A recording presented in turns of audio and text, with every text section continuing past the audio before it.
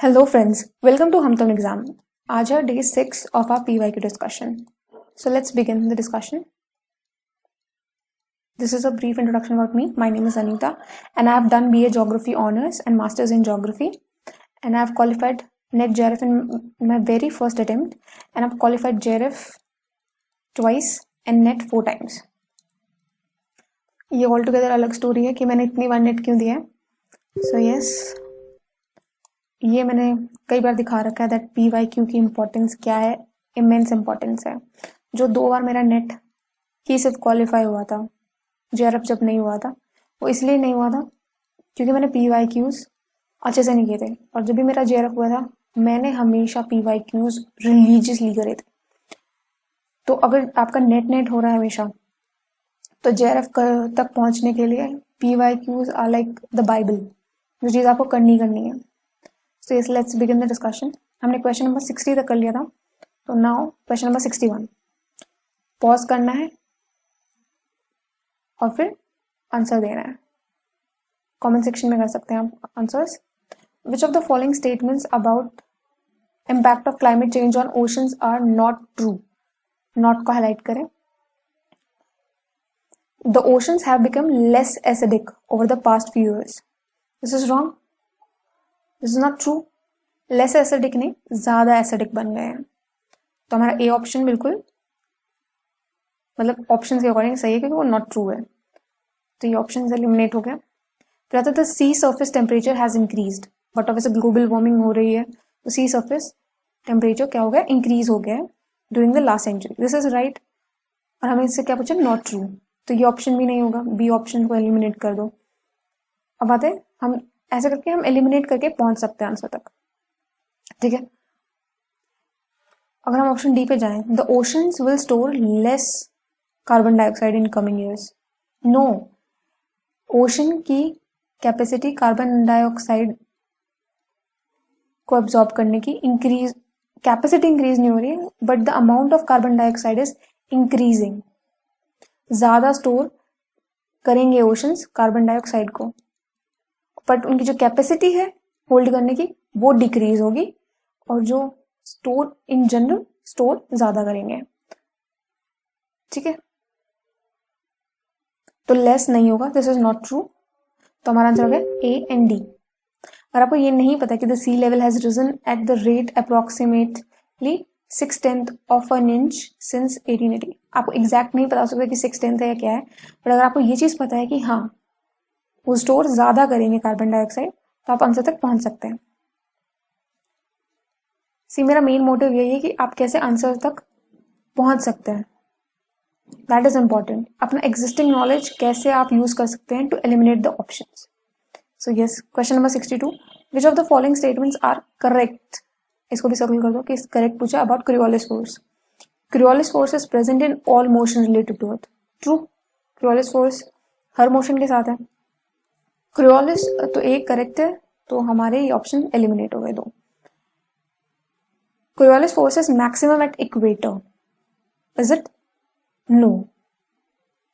It is 0 at equator and maximum at poles. तो B is incorrect. तो B को हम कट करेंगे तो हमारा आंसर अपने आप आ जाएगा. A and C. The strength of Coriolis force varies with the speed of motion and also decreases with the latitude. This is correct. And the option number D अगर हम देखें, the amount of deflection caused by Coriolis force varies according to the rotation of the earth. Rotation impact करता है longitude and object. longitude नहीं करता है, latitude करता है. जैसे latitude की तरफ जाते हैं, जैसे इक्वेटर से पोल की तरफ जाएंगे, तो Coriolis force बढ़ता है. यहाँ पे 0 होता है इक्वेटर के पास. तो आंसर है ए एंड सी. अगर ये भी पता है तो ये कैंसिल हो जाएगा, तो अपने आप आंसर आ जाएगा. Okay, now question number 63. Which of the following data are the sources of proxy data for climate change. Proxy क्या होता है? Indirect. तो historical documents क्या है? Indirect है. Sea floor sediments indirect है. कि हम climate change पढ़ रहे हैं, हम sea floor की जो sediments उनको पढ़ेंगे, तो हम जान सकते हैं कि climate change कैसे हुआ है.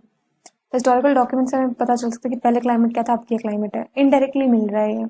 Satellite data से तो हम directly देख सकते हैं ना कि क्या क्लाइमेट चेंज हो रहा है. हम यहाँ पे क्या है टेम्परेचर्स वगैरह चेक कर सकते हैं, ठीक है। अब बताए फॉसिल पॉलन्स, पॉलन्स भी क्या है प्रॉक्सी डाटा है, हम इनडायरेक्टली पढ़ रहे हैं, तो क्या होगा A B and D, A B and D, option number C is correct. Question number 64, which of the following statements are correct, correct with regard to the effects of global warming, ठीक है। Due to global warming, it is believed that heat waves may increase in future. But obviously, अभी भी heat waves increase हो रहे हैं, तो A is correct. Tropical cyclones will become more intense. Of course, they will become more intense. It is likely that area affected by droughts will decrease. No, global warming हो रही है, heat बढ़ रही है, तो droughts will increase. तो C is wrong. A and B are correct. C is wrong, C is wrong, C is wrong. अपने आप आंसर आ जाएगा। आपको एक चीज भी पता है ना कि रॉन्ग है, तो आंसर अपने आप आ जाता है। कुछ क्वेश्चन इतने इजी देता है UGC. The models indicate that some regions will experience significantly more precipitation. Of course this is true. Question number 65, which of the following statements is और आर करेक्ट, ठीक है। The intensity and frequency of tropical cyclones is increasing.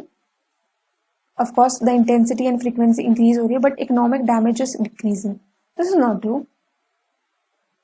अब damages थोड़े बहुत कम कर सकते हैं, like आप लाइफ सेव कर सकते हो अगर आपको पहले से पता है कि हाँ यहाँ पे वहां से हम लोगों को इवैक्यूएट कर सकते हैं, बट डिक्रीज नहीं हो रहे हैं।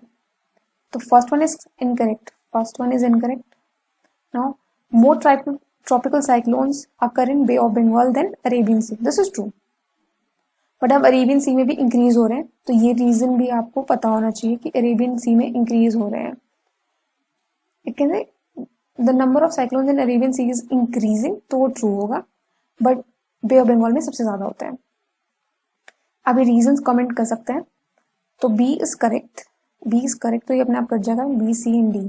अगर हम अगले ऑप्शन देखें तो cyclonic systems developed in Pacific ocean have impact in south east Asia. Of course south east Asia Pacific के यहीं होता है, इम्पैक्ट होता है, और थ्रू द स्ट्रेट्स वो ट्रैवल भी करते हैं in the south east. Intensification of cyclone with in 5 to 22 hours, जो इतनी जल्दी कोई साइक्लोन बन रहा है, makes prediction of its track difficult. But of course अगर कोई साइक्लोन धीरे से बन रहा है, बहुत स्लो फॉर्मेशन है उसकी, तो हम उसे ट्रैक कर सकते हैं, बट कोई चीज इतनी फास्ट बन रही है तो उसे ट्रैक करना मुश्किल होता है। तो this is correct. Now question number 66, अब ये चीज भी इंपॉर्टेंट है। Pelean type, Hawaiian type, Strombolian type, Vulcanian type. इसको एक ऑर्डर में ही याद करो हमेशा कि हवाईयन सबसे पहले आता है, जो सबसे ज्यादा क्या होता है फ्लूइड होता है, ठीक है। तो अगर हम यही देखेंगे ऑप्शन मोर फ्लूइड, सबसे ज्यादा फ्लूइड हवाईयन होता है, तो हमारा पहला ऑप्शन ये आ गया। स्ट्रोम्बोलियन उसके बाद आता है, ठीक है। कहते हैं लेस फ्लूइड बेसाल्टिक लावा, ये अपने आप आ गया आंसर हमारा। कहता है Vulcanian type and Pelean type. Vulcanian type कौन सा होगा?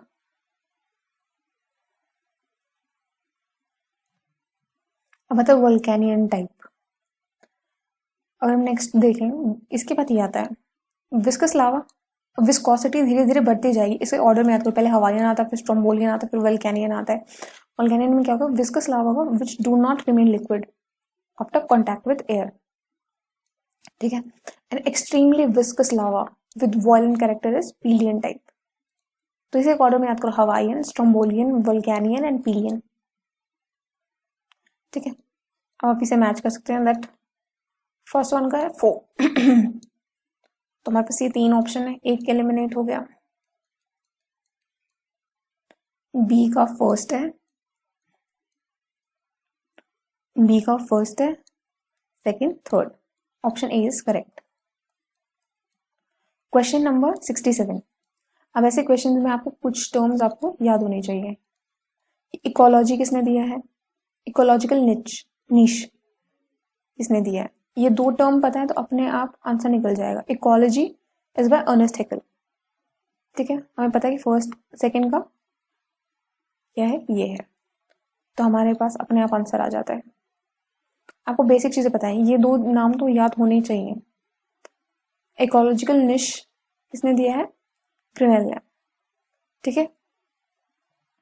बाकी आप याद कर सकते हैं। दैट इथोलॉजी किसने दिया है? आइसोडोर जियोफ्राय एसटी हिलेरे, ठीक है, एंड हेक्सिकोलॉजी इन्होंने दिया है। ओके, तो बेसिक टर्म्स है, लिख लो ये। इकोलॉजी किसने दिया? इकोलॉजिकल निश किसने दिया? इथोलॉजी किसने दिया? ये कुछ टर्म्स हैं जो रिपीट होती हैं। इकोलॉजी तो इतनी बार रिपीट होता है, और इकोलॉजिकल निश। और बायोडाइवर्सिटी किसने दिया है? ये सारी टर्म्स पता होनी चाहिए कि किसने कौन सी दी है। अब आता है approach to environmental ethics, anthropocentrism, biocentrism, ecocentrism and social ecology. अब इनकी जगह डायरेक्ट ये चीज देखो कि view that social hierarchies are directly connected to the behaviours that lead to environmental destruction. अब इसमें हमें दिख रहा है कि सोशल हायरार्की के बारे में बात किया गया, और हमारा ऑप्शन नंबर 4 क्या है? Social ecology. तो काइंड ऑफ हमारा जो डी का ऑप्शन है वो फर्स्ट हो सकता है, अगर हम सिर्फ लॉजिक लगाएं कि वहां पे सोशल हायरार्कीज के बारे में बात किया है। और आपको इसको कंफर्म करने के लिए आप और चीजें देख सकते हैं। फिर आप नेक्स्ट ऑप्शन देखेंगे, view that environment deserves direct moral consideration and not consideration that is mainly derived from human और एनिमल इंटरेस्ट। हम इसमें देखें तो हमें क्या है कि मैन सेंटर में नहीं है, that not consideration that it is mainly derived from human. तो वी कैन समवेयर से कि ये इकोसेंट्रिज्म है, दैट आप पूरी इकोलॉजी की बात कर रहे हैं, सिर्फ आप ह्यूमन का इंटरेस्ट नहीं देख रहे हैं। इसको और कंफर्म करने के लिए आप देख सकते हैं, view that all environmental responsibility is derive from human interest alone. अगर ह्यूमन इंटरेस्ट अलोन आ जाता है तो एंथ्रोपोसेंट्रिज्म होगा। तो ए का क्या हो गया?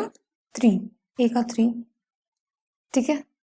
फिर आता है views that all forms of life have inherent right. सबके पास राइट है इनहेरेंट, तो वो बायोसेंट्रिज्म हो गया कि हर लाइफ के पास है। तो बी का 4 हो गया, ये आ गया। और ये हमारा इससे क्या है, अगर आपको थोड़ा सा भी डाउट भी है कि आपने गैस वर्क किया कि सोशल हायरार्कीज के बारे में लिखा, क्या वो सोशल इकोलॉजी में आएगा नहीं आएगा, तो आप इसे कंफर्म कर सकते हैं। Question number 69।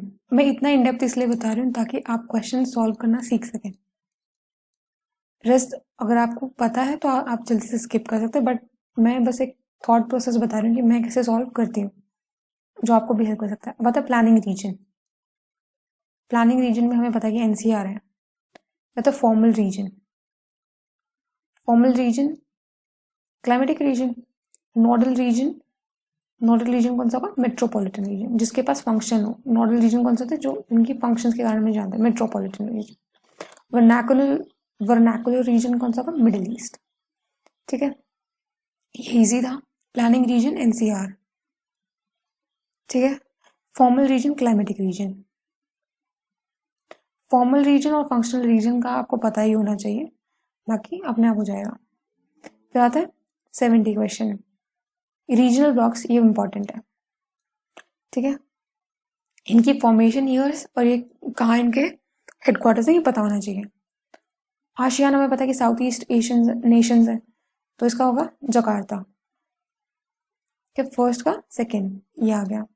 सार्क का हमें पता है काठमांडू में, तो ये भी मानना, चलो इसमें कुछ एलिमिनेट नहीं हुआ। फिर हमें ईयू का पता है, that is in Brussels, 4th।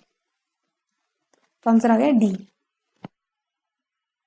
और ओपेक है Vienna, Austria, Austria, Vienna, Austria.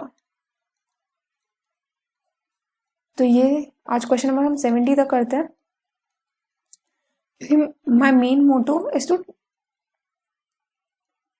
Help you guys solve the question, ठीक है। अगले क्वेश्चन इजी है, आपके लिए होमवर्क है, कमेंट सेक्शन में इसका आंसर लिखना है, ठीक है।